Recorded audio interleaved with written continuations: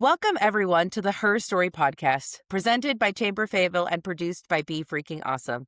I'm one of your hosts, Sami Kinnison. I am Angela Belford, your other host. And I'm We realizing that you have a much prettier opening than I've had in any of my podcasts. so here's what's so funny. We're wrapping up the series and we thought we would interview each other. And yeah, I do think it's funny that at times I would be like, wait, you're asking this question every time, right? And you were like, no, not even close. And I was like, oh, well, that's okay. That's the joy of getting two different hosts and slightly two different approaches. I still feel like I have heard good feedback. People have really enjoyed the episodes and are having a good time with it. Well, what I was going to say is I think it's the coolest thing ever that the podcast sponsor is two generations of women. I think that is oh, it's so cool and so oh, I just got chills. That's cool. I love it. Before we jump in to interview each other, do you have any favorite things you've learned or observations you've had from the interviews? Yeah, what's really cool is that I got to go to my friend Gwen Rockwood had her book signing a couple weeks ago, and it was hosted at Chamber Fayetteville by the CEO of Chamber Fayetteville.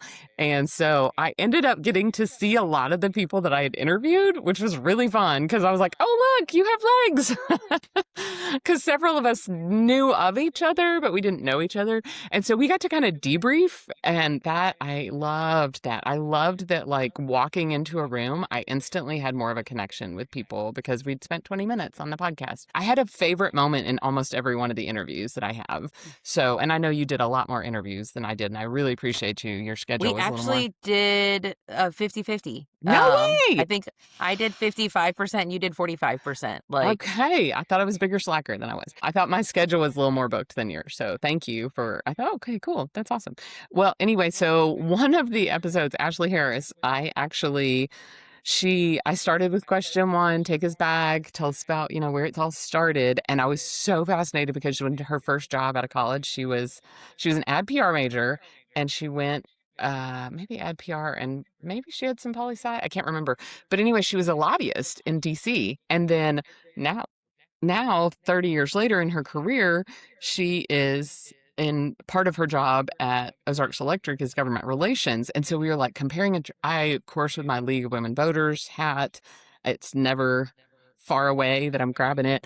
And so we went way off track on the questions, and I want to really promote her episode among the League because it talked about how we can use our story to advocate. And it really, while it was different, the questions were different, I feel like it was so meaningful and so impactful for just everyday use. Lots of them were. There was so much wisdom. Anyway, it was great. What about you? I really enjoyed the similarities across the generations. I think it was something that the boomer interview with the Gen Z interview weren't actually that different. They actually had a lot of things that were the same, and there were a lot of similar desires and a lot of similar I don't know. I thought that was really beautiful to see that even when our lived experience and our, the moment in society that we came of age and started our career is different, there's still so much about just our makeup that is similar. When you're a woman who is wanting to contribute to society and to our community and to business, there's a lot of our paths that really overlap. And so I really thought that's probably one of my favorite takeaways overall from everything. So let's jump in for you and I, and we're going to take a few moments. We're not going to answer all of our questions, but we wanted to give you guys a highlight. We've been sitting here on our hands, not answering in the interviews. I'm just kidding. Mostly. Mostly. I just wanted to take a time to highlight our stories because we also have two stories. We are two generations getting to host this podcast, and mother-daughter, Fayetteville. I'm a Fayetteville born and raised. You are I say I grew up in Fayetteville because I promise you, when I was 18 and I landed here at the University of Arkansas, I was not a grown-up yet. So I absolutely finished baking here. There you go. So for you, take us back to the beginning. I'd love to hear more about where did your career start, and did you have any clue when you were 18 years old landing in Fayetteville that you would end up where you are today? Absolutely not. Um, wow, I think when I came to the university, I had had aspirations my senior year of high school of being an attorney. I'm still good at arguing. I I think I was undecided major for a few semesters. I was a psychology major one semester. I finally was like, well, let's get over into business. I like business. I feel like I wandered about, and then I finally got to the point where I'd finished all my underclass credits and I needed to like actually start working toward You're my like core major. curriculum. Yes. And I'm like, okay, it's my junior year. I only have 2 years left. And I dropped that semester. Could not figure out what I wanted to do. And so I dropped down to only taking 2 classes and I was working full time. I was taking intermediate accounting and computer information systems. And within a few weeks of that semester starting, actually just before that semester started, I found I was pregnant. Ta-da! And so when I went back to school, This would have been in the spring semester. it would have been the spring semester. Yep. Yep. So spring. So when I went back, I basically went, going back to school with a 3-month-old baby. And that Can I was, highlight specifically, because I think some people it's helpful to know. So you went to school that spring semester, I did. and then you took off the fall semester I because you did. had a baby. Yep. I went to But work when you were 3 weeks old. Yeah, but then you went back to school. I did. I did. And I think And that is a little bit unusual. I think people probably would have expected you to not have completed school. sure. Well, and there's some logistical reasons why. Number one, I was a year ahead of school of my husband in school. I got married at the end of that semester. A little bit of reverse. Got engaged. Got pregnant. Got married. Anyway, he was also still on a foreign visa because he's from Canada, so he couldn't get student loans, and his family agreed to pay his whole way. He didn't qualify for any kind of financial aid or student loans, and I did. So I was like, well, look, I only have 3 semesters left. I think I had 42 hours left if I went and got a marketing degree. And so, because it had the least number of electives, and so that was how I picked marketing. So that was a very long version so somebody apparently needed to hear that version of my story. But I am so glad that I was the one that got to finish first because I think it would have been much harder. By the time Barry finished, uh, we had 2 children and it took him 6 years. It only took me about 5 years.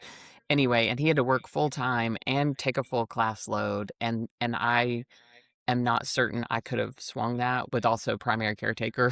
So I am very proud of the fact that I did finish. I was president of the American Marketing Association with a little kid. Like I just didn't care. I just kept going.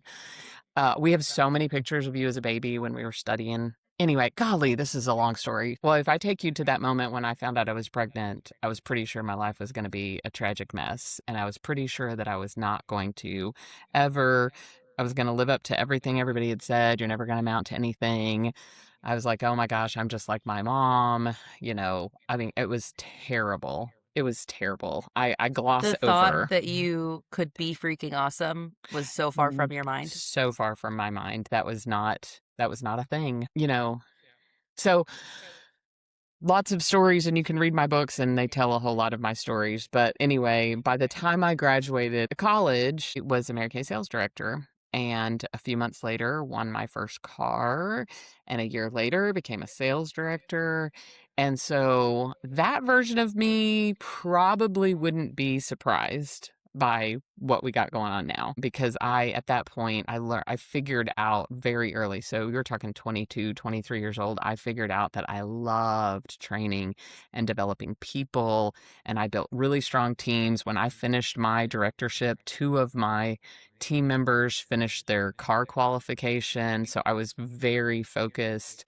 I mean, that building legacy goes back even to the student organizations I was a part of. I always made sure and left the organization stronger than when I got there. I always made sure I brought up the next leader and mentored them the whole way. So in some ways, I'm not, I'm not any different than I was at 22. I think I'm wiser. I think I'm more wholehearted. I think I'm healthier. I think I understand how to manage pain and grief in ways that I didn't. But there's so many things about how my life is today that is not actually the mechanics of the work I do is not really that different. So Thank you for taking us back to the beginning and indulging me on like stretching that story a little bit. I think that there is a risk sometimes people have whenever they look at a snapshot of somebody and they say, "Wow, look at that person. Look at the women on the stage at the Women of All Generations. That look at this person who's executive director, CEO, board chair, whatever it is." And there's a risk of saying the comparison trap of like, "Well, I could never get there," or this hard thing happened to me, that's it, that's the end, Yeah, and the hope of, like, no, it's just a moment, and it doesn't have to mean everything, it can change everything, it and it does. can mean a lot of things, but it doesn't mean that your life is over, and I don't know, maybe that pregnancy will one day grow up into your best friend and business partner, you never know what could happen. 100%. 100%. Okay, so Sammy, let's you're gonna get a hard question first. What is a moment in your career that changed everything? Could be the pivot, the phone call, the opportunity, a setback. What pointed you in the direction that you never saw coming? So, I spent a lot of my life not knowing what I wanted to do when I grow up, and I went through college and I got a communication degree, which we joked meant that my job options narrowed from everything to not an engineer, not a doctor, not a lawyer, but pretty much everything else. Not an accountant. Um, I mean, maybe an accountant. Do you have to have a specialty degree to be an accountant? No, you Maybe got to not. pass an accounting test. There are Right. so the joke was, it was like, great, you didn't actually narrow your field that much with this particular degree.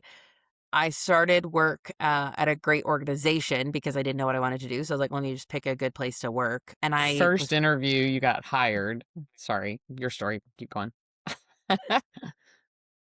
I enjoyed my time there a lot. I spent about 5 years, and I had 4 promotions over those 5 years, and it was really great, and I kind of had a moment where I settled down, and I was like, "I don't like the work I'm doing. I'm good at it," which has been a lot of the story of my life. Like, I was good at math in high school, but I didn't like math. I was good at things, so it didn't necessarily mean that I liked those things. And so I was in the same place where I was like, I'm good at what I do, but I don't like what I do. And so very shortly after that, I found out that my boss would be moving on to a new role.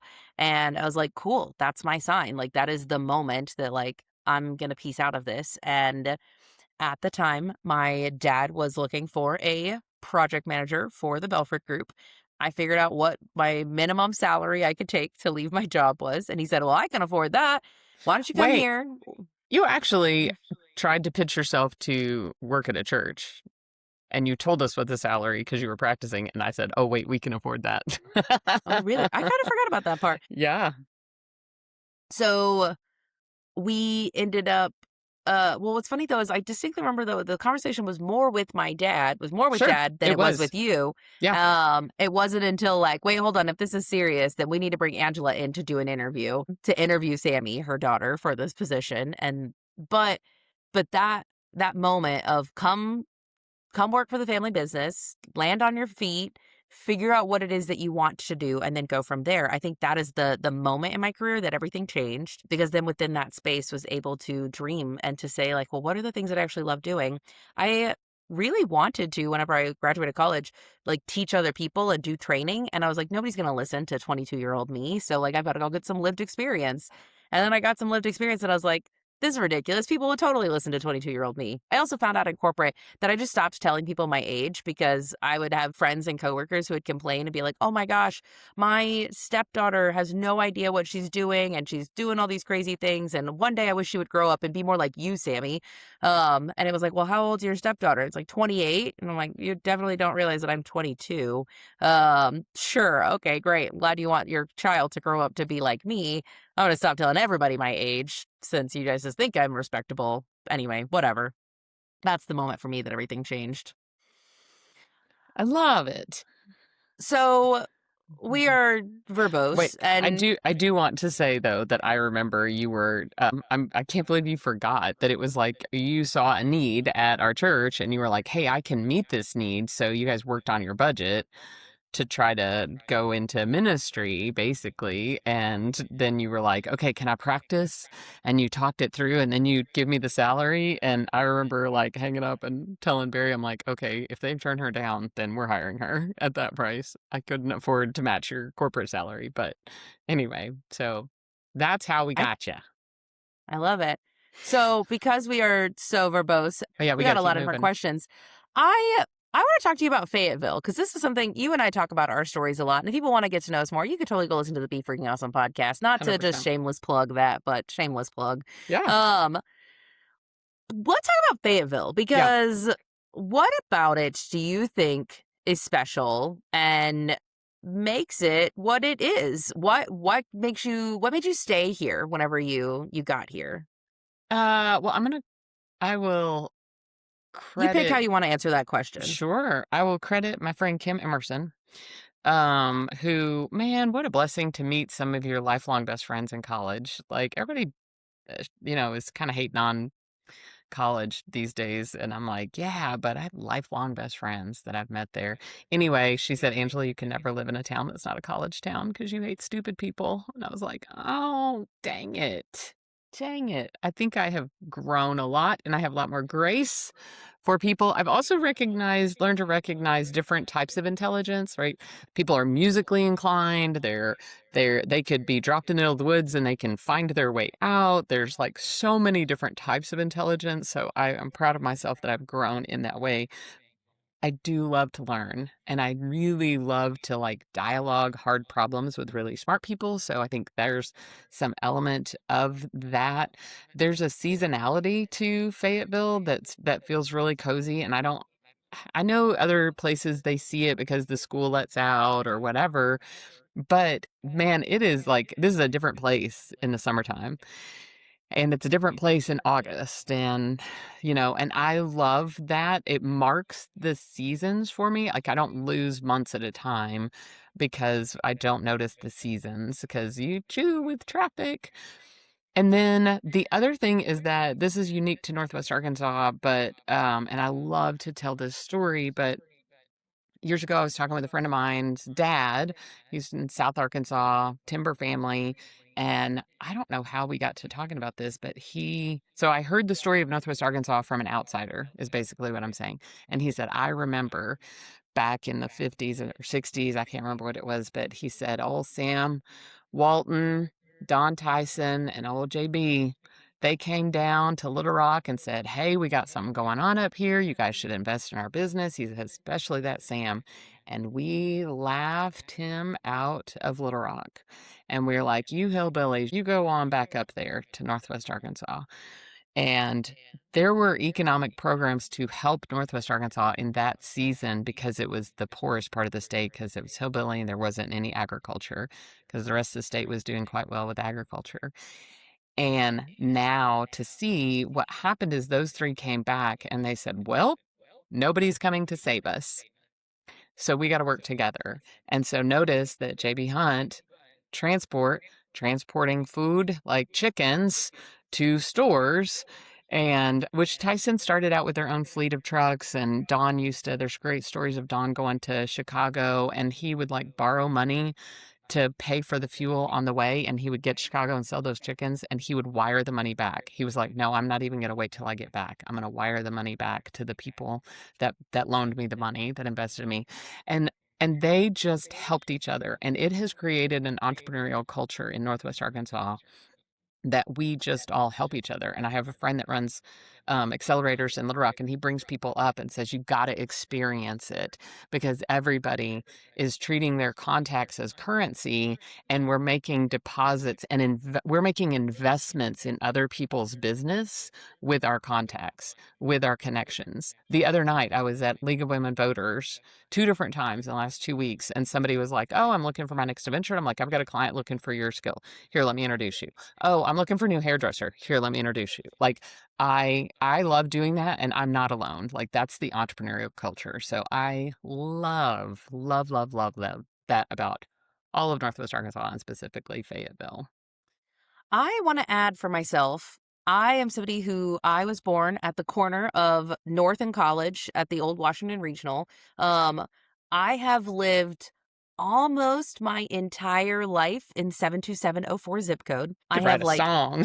I could. Like, there's, like, a few years right at the beginning when I was born that I think it was in 72701, and then when I went to college, I was on campus. Like, I've either lived at the University of Arkansas or in 72704. Like, Yes, literally, those you are the have. 2 zip codes. Yes. Um, and I really like not the yes, the seasonality year to year or over a year, but also like I have lived all the seasons of my life in this place. I have enjoyed being a child in the Fayetteville public school system and all of the activities that there are for kids, the summer camps at the University of Arkansas for kids, the parks and the way that those have developed.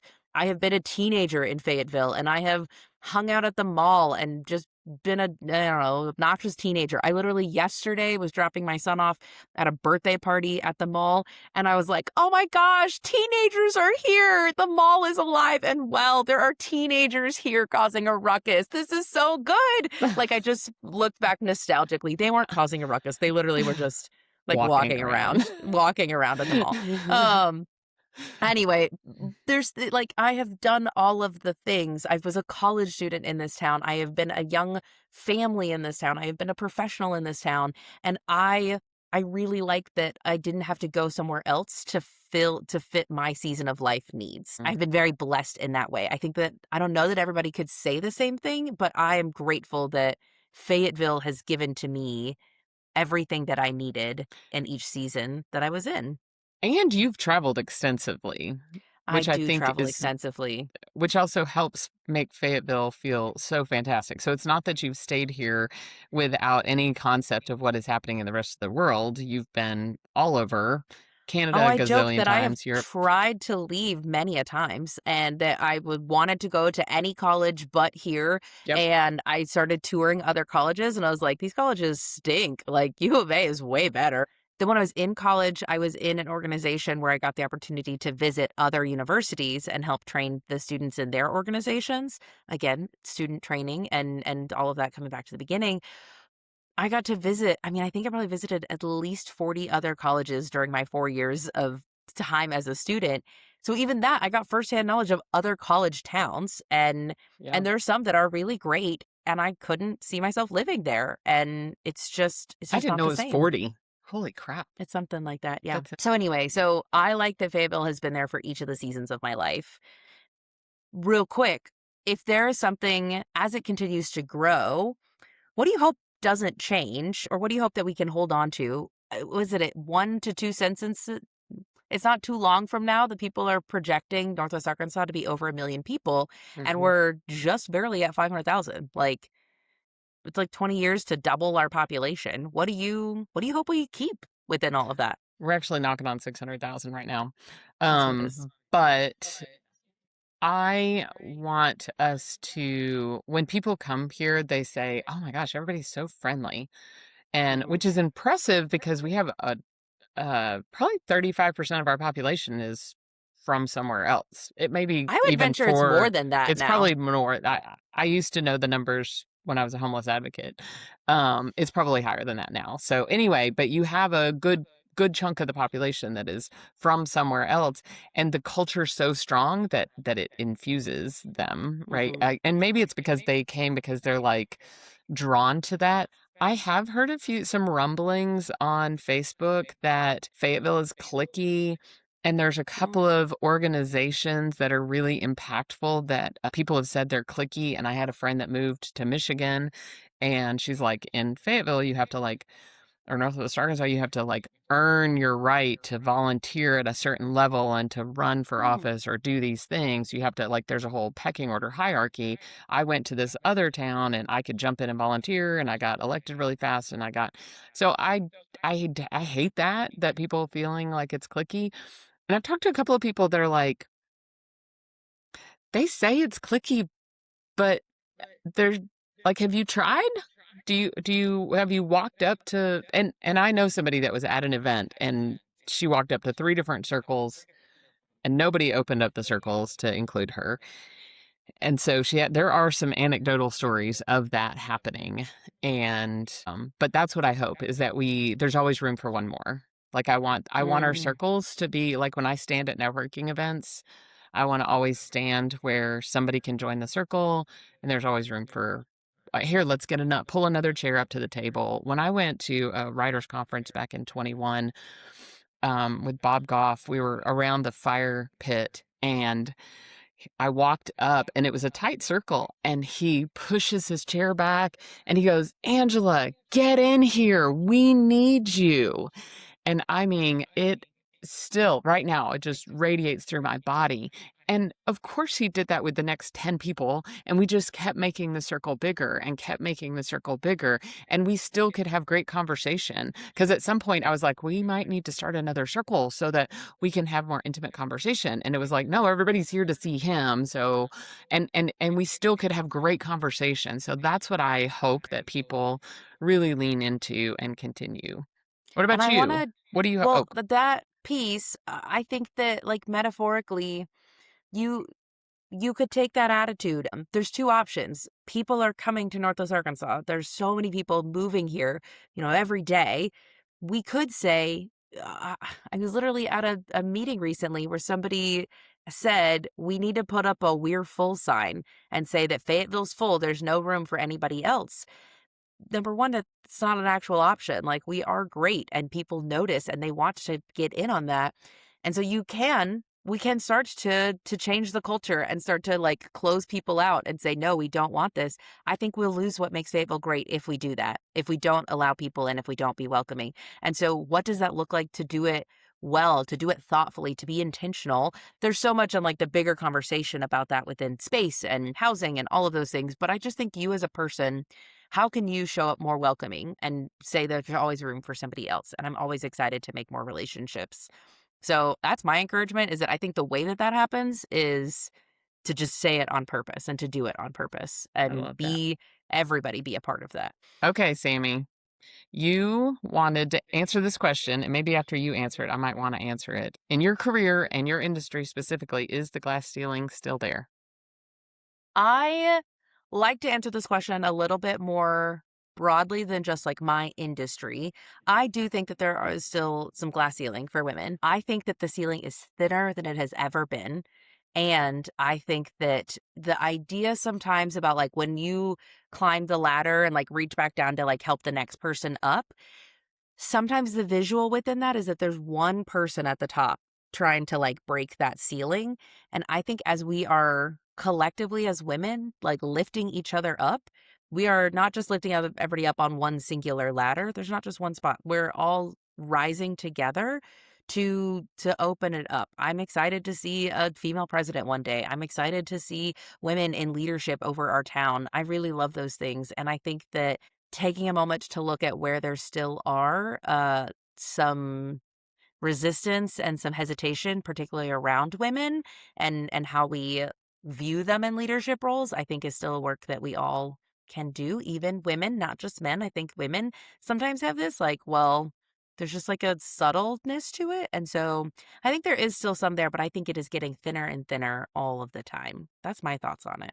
Ironically, this reminds I'm gonna try to go quickly, and I guess people don't want to listen to a long episode, then they don't have to. So, years ago, I learned an idea that said racism is a system that is designed to disadvantage one race or advantage one race over others. And prejudice was when it was individually, I have thoughts and feelings and I want to disadvantage someone individually. And so there's a difference between like the system and our society versus individual. Now, lots of people tell me, no, no, no, you can individually be a racist. That's fine. It's not one that's not a hill that I'm willing to die on. It's just a concept that helps me think about things in a little different way. So, ironically, I think that is our society getting better? Yes. Yes, we have two in Northwest Arkansas, 4 towns.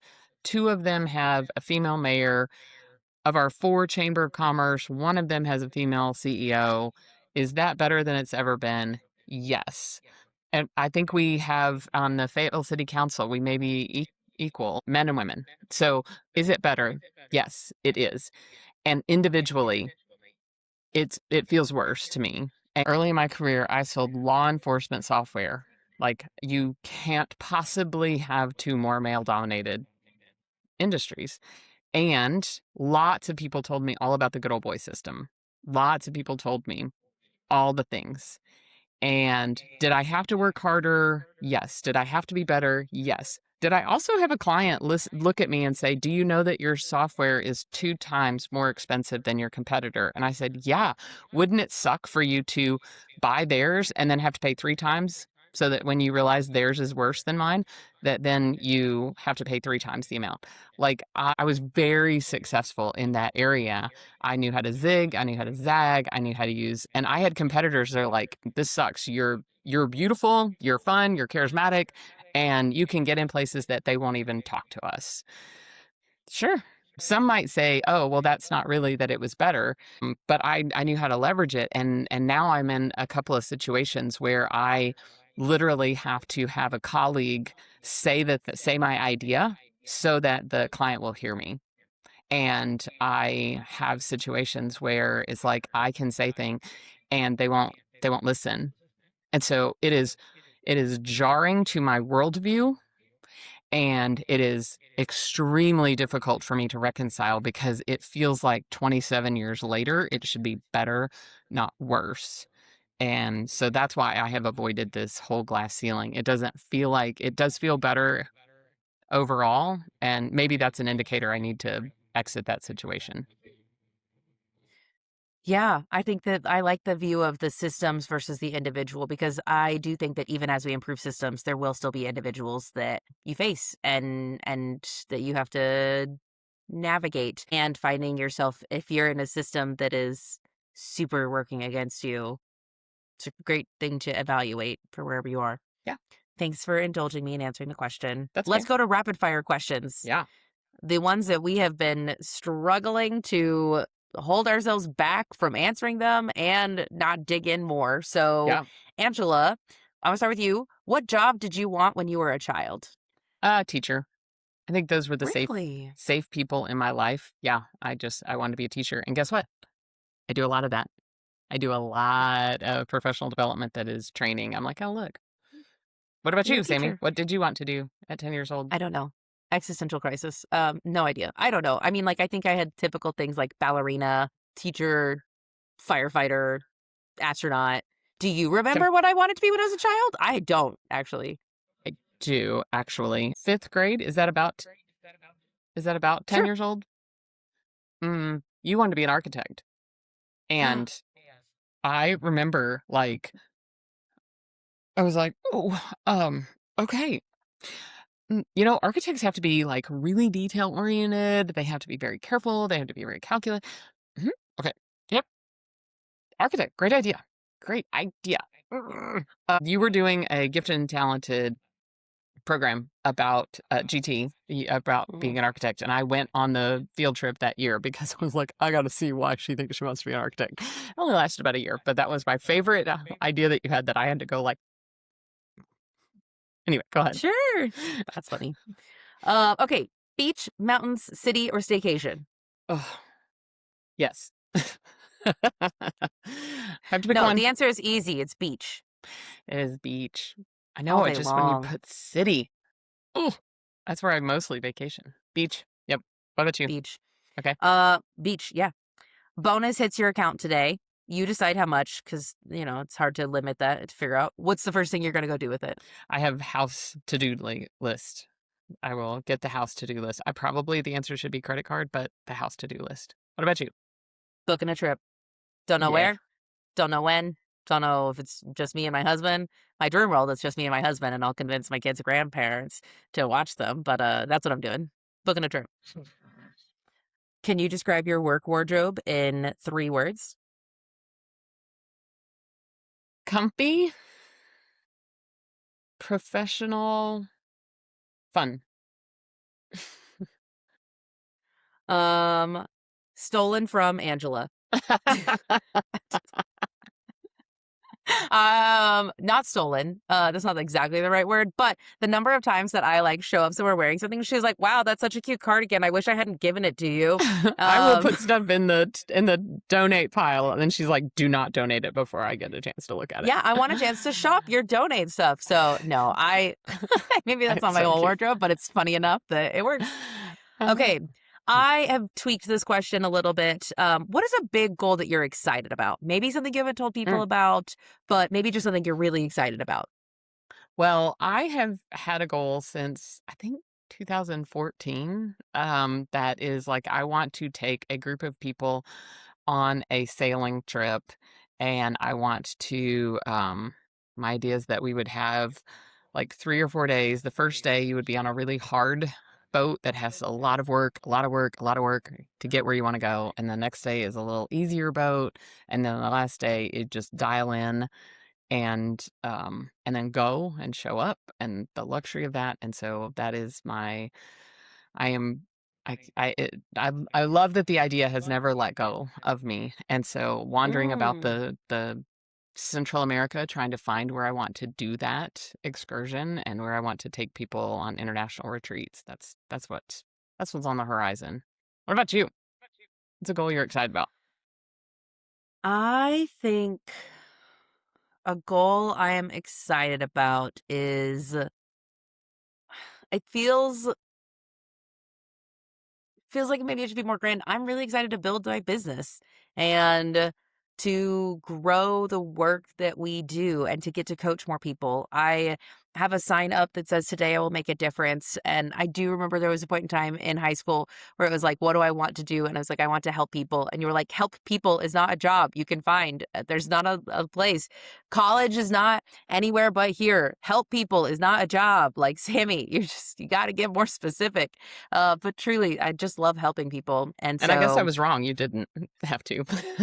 I didn't have to. And you're helping people. So now I have a business where I help people, and I really like that I get to use my skills and talents. And so I want to grow it to be something that is sustainable, both for the people involved in the business and financially. Those are the two kind of pillars of it. It can't be something that requires overwork and, you know, 100-hour weeks. And it also needs to be something that does not cause financial stress and excessive burden. So that's the goal that I have is sustainable business growth that genuinely helps people live their lives better. I love it. Well, okay, I know this has been an extra long episode, but technically, this is a 2 for 1. You It got is. 2 interviews, and each of our interviews were about 20 minutes. And so we interviewed 2 people in one. So it's still about the same amount of time as all of the other ones. Thank you all so much for joining us for this season of the Her Story podcast. We are so, so, so excited to have had the chance to explore these conversations and these stories with women across Fayetteville, across all of the generations. If you've taken anything from this, please let us know. We would really love to know what stood out to you. What stories resonated? Where did you feel encouraged or challenged? You can send a message to either of us on pretty much any social media platform. Send a message to Fayetteville Chamber. Send a message to any of the guests that you've heard. We just let's talk. This is not a one-way conversation. This is a collaborative conversation. We're so, so excited to see you all at the Women of All Generations event on Tuesday, June 16th, which is coming up here very soon. Go get your tickets if you haven't already. And thank you all so much for being a part of this podcast.